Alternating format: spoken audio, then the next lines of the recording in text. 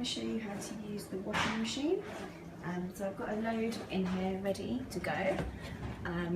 I normally put liquid into one of these caps, place it in the machine, shut the door. You can also put detergent in this drawer, drawer number 2 on the left hand side. I also put conditioner in, which pour into the middle tray.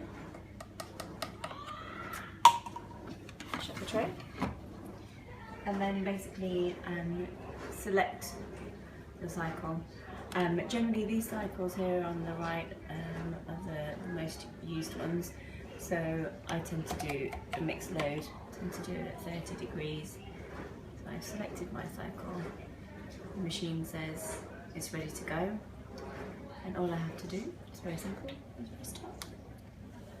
And then you'll see the red light has now moved to wash, and the machine will start. Simple.